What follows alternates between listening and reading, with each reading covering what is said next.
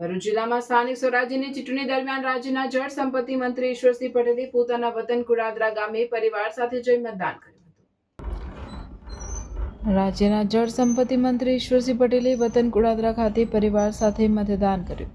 સ્થાનિક સ્વરાજ્યની ચૂંટણીને લઈને રાજ્યભરમાં મતદાન પ્રક્રિયા ચાલી રહી છે, ત્યારે ભરૂચ જિલ્લાના વતન કુળાદરા ગામે રાજ્યના જળ સંપત્તિ મંત્રી ઈશ્વરસિંહ પટેલે પરિવાર સાથે મતદાન કરી લોકશાહી પર્વમાં ભાગ લીધો હતો।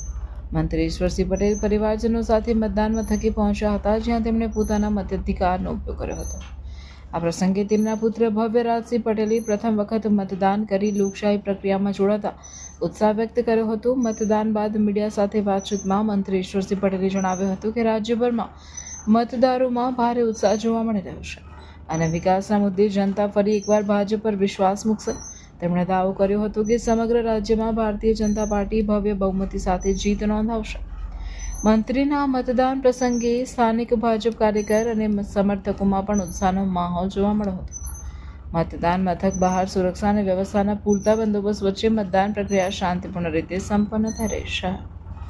સમગ્ર ગુજરાતની અંદર સ્થાનિક સ્વરાજનું ઇલેક્શન જ્યારે આવ્યું છે, ત્યારે સમગ્ર ગુજરાતની અંદર કોંગ્રેસ કોઈ પિક્ચરમાં જ નથી। આજે જોયું છે કે કોંગ્રેસના 10,000 સીટ પૈકી 720 જેટલી સીટો બિનહરીફ થઈ ગઈ છે।